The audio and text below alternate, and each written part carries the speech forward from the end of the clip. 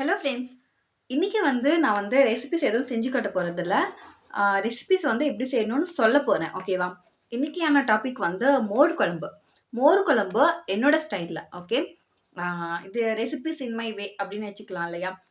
So நான் எப்படி மோர் குழம்பு செய்வேனோ அதை நான் உங்களுக்கு எக்ஸ்பிளைன் பண்ணுறேன். ஓகே, ஃபஸ்ட்டு சின்ன வெங்காயம் ஒரு எவ்வளோ எடுத்துக்கணும் அப்படின்னா, கரெக்டாக ஒரு 200 கிராம் 300 கிராம் அளவுக்கு சின்ன வெங்காயம் எடுத்துக்கணும். மோர் குழம்புக்கு சின்ன வெங்காயம் தான் மெயின். ஓகே, சின்ன வெங்காயம் நல்லா தோல் உரிச்சிட்டு நம்ம கட் பண்ணக்கூடாது, அதை இடித்து வச்சுக்கணும்.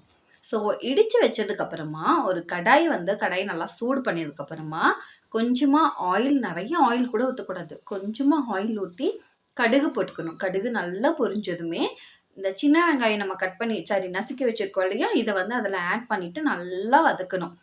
லைட்டாக உப்பு தூவிட்டு நல்லா வதக்கணும். உப்பு நம்ம லாஸ்ட்டாக ஆட் பண்ணிக்கணும். ஸோ நல்லா வதக்குனதுக்கப்புறமா அந்த கண்ணாடி பதம் வரும் இல்லையா, ஸோ அந்த கண்ணாடி பதம் வரைக்கும் நம்ம வெயிட் பண்ணி வதக்கிட்டு இது கூடவே குழம்பு மிளகாத்தூள் தான் போடணும். வேறு நீங்கள் தனி மிளகாய் தூள், சாம்பார் பொடி இதெல்லாமே போடக்கூடாது. குழம்புக்குன்னு சொல்லிட்டு நம்ம மிளகாத்தூள் அரைச்சி வச்சுருப்போம் இல்லையா, ஸோ அந்த குழம்பு மிளகாய் தூள் தான் இதுக்கு போடணும். ஸோ இந்த அந்த வெங்காயத்துலேயே குழம்பு மிளகாய் தூள் போட்டு நல்லா அந்த ஆயிலையே நல்லா வதக்குனதுக்கப்புறமா என்ன பண்ணோம் அப்படின்னா, நம்ம மோர் ஃபஸ்ட்டு எடுத்து வச்சிடணும். ஓகே, ஃபஸ்ட்டே நம்ம இதெல்லாம் ப்ரிப்ரேஷன் பண்ணுறதுக்கு முன்னாடியே நம்ம மோர் ரெடி பண்ணி வச்சுருப்போம் இல்லையா, அந்த மோரை எடுத்து நம்ம இதெல்லாம் ஆட் பண்ணிக்கணும். இதில் ஊற்றுனதுக்கப்புறமா நல்லா மிக்ஸ் பண்ணி விடணும். மிக்ஸ் பண்ணி விட்டுட்டு அது மேலே கருவேப்பிலை போட்டுடணும். கொத்தமல்லி, கருவேப்பிலை இது ரெண்டையுமே சம அளவு நம்ம போட்டுக்கணும். ஏன்னா கொத்தமல்லி இது நல்லா டேஸ்ட்டாக இருக்கும்.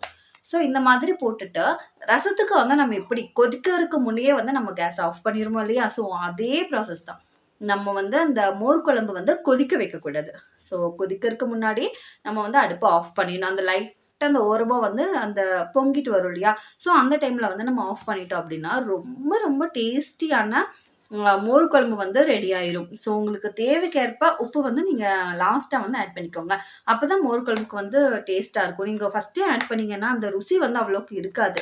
ஓகே, இதை நான் ட்ரை பண்ணி பார்த்ததுனால தான் நான் சொல்கிறேன். ஸோ தேங்க்யூ ஃபார் வாட்சிங். இந்த வீடியோ பிடிச்சிருந்தா மறக்காமல் வீடியோக்கு லைக் பண்ணுங்கள், நம்ம சேனலுக்கு சப்ஸ்கிரைப் பண்ணிக்கோங்க. தேங்க்யூ. இந்த மோர் குழம்பு ரெசிபியை மறக்காமல் ட்ரை பண்ணி பாருங்கள்.